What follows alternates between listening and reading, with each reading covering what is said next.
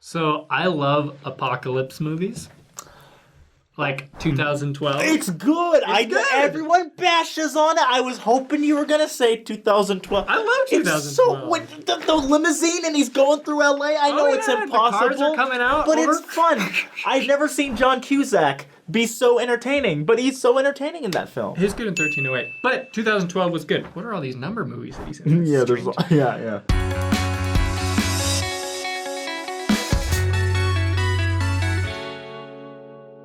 I like the apocalypse movies. They're fun. Geostorm was really hokey, but I like apocalypse. The Day After Tomorrow. That Vin Dennis Diesel Quaid? movie, Babylon AD. Haven't seen that one. No, you probably, like, 2 people in the comments are gonna know what I'm talking about. But I remember Vin Diesel's Babylon AD. Yeah, Vin Diesel, we didn't forget about it. Is we that saw the it. one when he like babysits all the kids? No, that's the pacifier. All right. Anyways, we're talking about the second coming, though. Yes. And that hasn't really been portrayed in any movies, I don't think. Some really cruddy Christian movies. Really? Religious movies are bad. They're never that good. Let's be real for a minute. The Passion of the Christ is the only good one. Haven't seen it, but I do respect Road Warrior. What's his name? Mel Gibson. Mel Gibson. He's great. By the way, we're gonna be talking about what happens at the second coming. So spoiler alert! Yeah. If you haven't bought your tickets yet, reserve them now because Some of you may die, but it's a sacrifice I am willing to make. telling you everything. That was my e-news version of Sense Unscripted. Okay, so essentially in the scriptures, in the Bible and our Latter-day Saints scriptures, the Book of Mormon, Doctrine and Covenants stuff, there are all of these signs of the second coming. Nobody knows when the second coming is going to happen. So if somebody says they do, if somebody's like, oh, 2012, that's when the Mayan calendar ends. No, they don't. Nobody knows. But we do have the signs leading up to that event. And so what we're going to do is just list some of them. Some of them you're probably very familiar with. Some of them you may not be. And we're going to talk about them. Yes. Now, it's important to know, a lot of these things have been going on for a long time. So people say, we're in the last days. Look, war is everywhere. People are dying. Well, that's been going on for like forever. But if you have the latter-day scriptures, you have more context of what is specifically supposed to happen. And we're going to touch on those because that's how you can actually gain a real good context of the second coming and not just general fear and hysteria. Well, that knocks off the first one on our list, wickedness, war, and turmoil. So yes, that is kind of an ongoing theme in humanity. Yes. We're really good at it. We have perfected it. Unfortunately. Yeah, we've killed a lot of people. It's bad. We as in humanity. I've never killed a person. Okay, so one of them is that the gospel will be preached to all the world. So yeah, that's good. And but here's why that's really important. The gospel being preached to all the world is still new, right? So that could not have been fulfilled in the day of the early apostles. Yeah, I think we have this idea that like everybody, like not even just like the Church of Jesus Christ of Latter-day Saints, but like, oh, everyone in the world already knows about Christianity. Not true. No. And a lot of people are very hostile to it because a lot of places, especially in the East and in South America, are very hostile to Christianity still because it's the religion of war and colonization and all these terrible things, and so they don't want anything to do with it. So we have to help mend those relationships and make Christianity not seen as that. There are a lot of countries where Christianity isn't even allowed. Like, you're not allowed to have Christian missionaries there. Okay, so building the New Jerusalem, including a temple. So we believe the New Jerusalem will be built in Independence, Missouri, or Jackson County, Missouri. In the Doctrine and Covenants, there's this prophecy that says that there will be a temple built there in this generation, are the words that are used. But because of persecution, the saints left that area and the temple was never built. Later in the Doctrine and Covenants, it talks about why that was. One of them had to do with persecution, but the other reason had to do with the disobedience of the saints that prevented them from being able to do that. Fun fact, that same term, in this generation, is also used in the Bible because they thought Christ was coming again immediately. He says, in this generation, and guess what? He didn't. Didn't. Well, he came to the Nephites. But, so that's how the Book of Mormon actually makes the Bible not fall apart in that way. But yeah, so in that term, in this generation, also is used in the Doctrine and Covenants. But again, it's conditional. It's not a declaration of what's going to happen no matter what. It's a conditional prophecy. And it also just might be like 6 days of creation. Was that 6 days, or was that 6,000 years, or 6 million years? Who knows? Anyways, so one of the prophecies that is presumed to, that's going to be fulfilled before the second coming is that there will be a temple in Independence, Missouri. We're not going to let Jim get away with that. Presumed. The presumed what's going to happen is in Missouri they're going to build it there. He just gave up. Well, I didn't want to sound like skeptical, like this might happen. No, it's going to happen. Before the second coming, there will be a temple in Independence, Missouri. So it's stated that Joseph Smith prophesied that Jesus would return in 1890. Okay, so people often quote this so they can put him up there with Charles Taze Russell, and I think the founder of the Seventh-day Adventist Church. I'm not sure, but a lot of these early Christian restorationists. Now I can't talk. A lot of these early Christian restorationists gave an exact date of when Jesus would come back. Joseph Smith should not be on that list. And I know it's going to be in the comments, so we're going to address it right now, okay? Doctrine and Covenants section 130 says this. I was once praying very earnestly to know the time of the coming of the Son of Man, when I heard a voice repeat the following. Now, Joseph is not praying about the second coming. He wants to know when he's going to see Jesus again face to face. Here. This is what I guess God says. Joseph, my son, if thou livest until thou art 85 years old, thou shalt see the face of the Son of Man. Therefore, let this suffice and trouble me no more on this matter. I was thus left without being able to decide whether this coming referred to the beginning of the millennium or to some previous appearing, or whether I should die and thus see his face. I believe the coming of the Son of Man will not be any sooner than that time.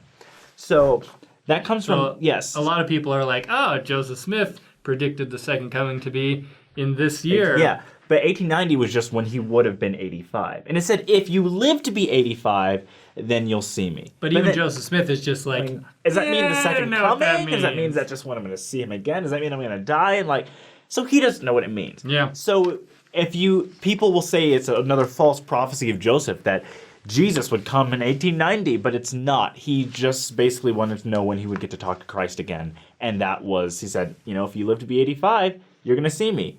And that was not revealed whether that was a second coming or anything else. So no, it's not a second coming prophecy. Kind of a weird response to give to that question. It almost sounds like God is just like, stop bothering me about this. If you live to be 85, sure, you'll see it. How about that? And God in his head is just like, you're going to be dead. Doesn't even matter. I don't know. I wasn't taking it that way. It's just a weird thing to say. If you're 85, sure. Well, maybe here's the thing. Maybe Jesus did come again in 1890. You don't know. Did he appear to another prophet? We don't know. Could be. He may have come again in 1890. We don't know. But, anyway. It wasn't the grand second coming event. That's like saying the vision of Jesus on the road to Damascus was the second coming. It wasn't. Good point. All right. The restoration of the gospel. We're very in that important. Process. This is that process going right now. The gospel has been restored, and the restoration is going. Both are true. Baptisms for the dead. We have episodes about that. If you don't know what that is, to take place in the Holy Land. It is ordained that in Zion and in her stakes and in Jerusalem, those places which I have appointed for refuge shall be the places for your baptisms for the dead. So is this where we get the notion that there will be a temple in Jerusalem, like a Latter-day Saint temple? Because baptisms for the dead happen in a temple? Do you know? There's a couple of places we draw that from, there being a temple in Jerusalem. Okay. But, that's also, Christ is going to come again and raise up the temple. So does he literally raise it from the ruins, or do we build it, or both? All right. There's another thing. Holy Spirit ceasing to strive with the wicked. I feel like that's kind of an ongoing thing. If you're being wicked, it's not going to strive with you anyways. Also, though, I feel like that means something very interesting. When I'm thinking about the way the world is right now, and I'm not a doomsday guy, but we do like 2012. We do I do like John Cusack. Every time I'm in Yellowstone, I'm just like, ooh, is Woody Harrelson here? Is he gonna? Yeah. Okay. The thing is, though, Sulfur?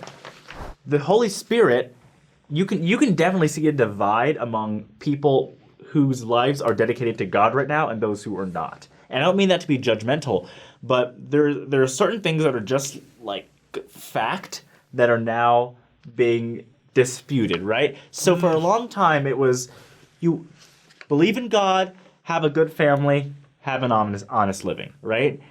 Everything we have, all the core fabrics of society are now up for debate, and like nothing is set in stone. Everything is malleable, and I think that is just the spirit, or rather, that is a testament that these times are changing big time, and those who are with God are kind of have this common sense idea of what society should be like and what your life should be like, and those who are not striving with the Spirit, who are under the influence of the world, are being pushed in a million different directions. In the Book of Mormon, there are wars and stuff throughout the Book of Mormon, but when things get really bad for the Nephites, it's because of internal problems. Mm-hmm. So same with us. Like, there are going to be wars and stuff preceding the second coming, but it's really the wickedness of, the individuals that are going to really rip things apart for us. Now, this is interesting. This one right here. The gathering at Adam Undai Amen. It is believed that Adam will convene a meeting at Adam Undai Amen to officially turn the government of the human family over to Jesus Christ. It is also believed that other patriarchal prophets throughout the Bible will gather there to return the keys of the dispensation to Christ. Such an event as this would most likely not be made public knowledge. Thus, fulfillment would be very difficult to verify. I'm glad you just read that. That probably was the best way to do it. I don't think we're gonna see like a BuzzFeed or like video of we're here at Adam, the dude from like the book right there. Noah's there too. We're not kidding. You getting this? It's just a beautiful place that Adam went after he left the Garden of Eden. I feel like people see things like that and they're like, "That's the place God chose," but like it follows a pattern. Like God has a habit of using like just totally normal things to do really cool things, like Joseph Smith, ta-da, or like the staff of Moses, which is just a stick, unless it's a snake, or like, turning water to blood and stuff.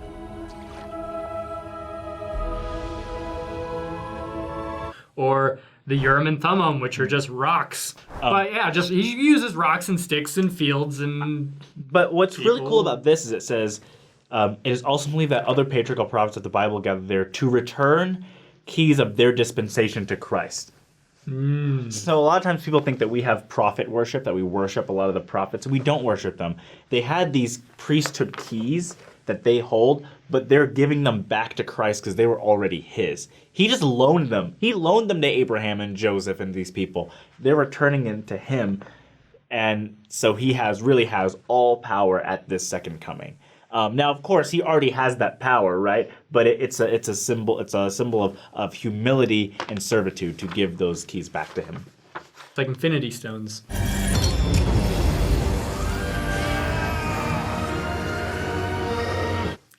Sorry, I got Endgame on the mind. Oh. The final and great war. I'm going to read this one too. It's believed that the nations will gather near the near Har-Megiddo of the valley of Jezreel, which is located in the north part of Israel near to the coast. So essentially we believe that there's going to be like another humongous, gigantic war, and the focal point of it is going to be near Jerusalem. And all nations will be gathered there to hash it out for once and for all. All nations are just like most. I mean, let's go with most. The important ones. Oh. Sorry, Isle of Man. Our viewers from Isle of Man watching. There's only one guy who's like, I'm never watching this show again. How dare they insult my great... How dare you, sir? You are gross. I would love to go to one of those tiny countries. It'd be so cool. Like, you're like the only guy there and just chilling with your own flag, and you're like, guess who's president? It's me. I make all the laws because I'm the only one here. Anyways, it's going to be a big war. Yes, the fall of the great and abominable church. No, that is not the Catholic Church. The great and abominable church is not the Catholic Church, okay? Joseph Smith was quite fond of Catholics. Said some good things about them. Our prophet just met up with the Pope. Yes. If the Pope was the leader of the great and abominable church, that's the greatest crossover in history of humanity. Yes. Okay, yes, Bruce R. McConkie did not like the Catholic Church. We know, okay? It's fine. That's true. Okay, That's true. doesn't mean we all hate the It Catholic. essentially just means all the wicked. Like, that includes Yeah. people from other churches. That includes people from Yeah. our churches. All the wicked. People whose first name is Great and last name Abominable. Unfortunate people, but not the Great and Abominable Church. I think an abominable snowman joke would have been better, but... Abominable! Can you believe that? Do I look abominable to you? But that was good, too. Thank you. Thank you. So the Great and Abominable Church is going to fall. And the Great and Abominable Church is really, it's the world. It's the teachings of man and doctrines that are not from God in various religions. It's all worldliness together. What do you think fall means? Like, what does it mean that will fall? So it reminds me of a section in the Doctrine and Covenants where it talks about the end of all nations. I think it's in D&C 87. The end of all nations. I don't think that means that there's a bunch of atom bombs and everyone dies. I think that means that government, like nations, that the structure that people rely on, I think that's going to fall. Yeah. And that's what that means. Like almost like implosion. Mm-hmm. Like it's going to cave in on itself because those foundations of like wickedness can't hold the anything philosophies up for of long. man will not be the it will be the structure for the wicked, but not for the righteous. Yeah. Maybe that is why in 1 Nephi 8, the great and spacious building is without foundation. Wow. The end is near! We're doomed! Oh. All right. Two witnesses in Jerusalem. So the Book of Revelation talks about that, about the two witnesses being slain in Jerusalem. 2 prophets or whatever. Yeah, 2 prophets are killed. Their bodies lie in the street for 3 days, and then they wake up, and they can like breathe fire and stuff. It's kind of like I missed that part. yeah, they can like breathe fire or like they can shoot fire. It's metaphorical. All right, somebody fact check this. Actually, I guess if it's metaphorical, that's totally cool. Yeah.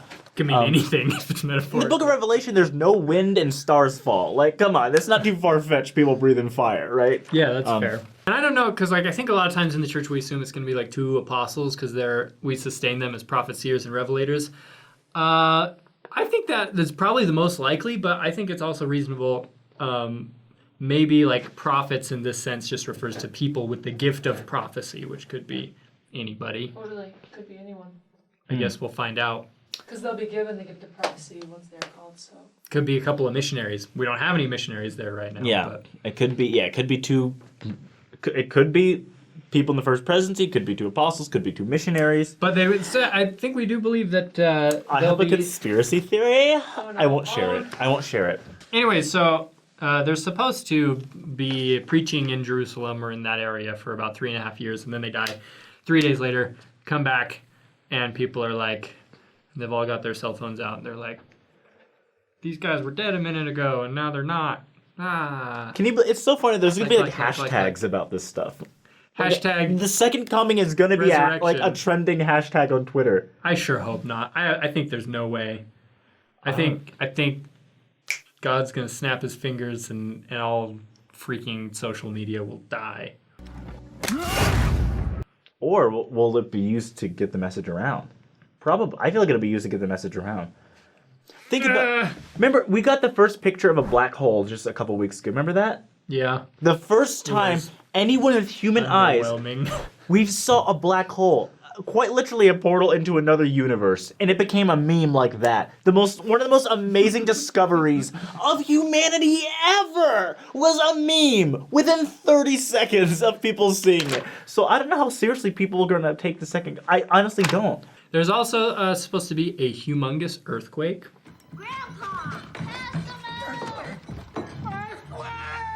As in the biggest earthquake that has ever happened, as in like continents coming together again, which I wrote an article about and I put in the description. But that is also possibly a little bit of a Bruce R. McConkie thing sprinkled in there.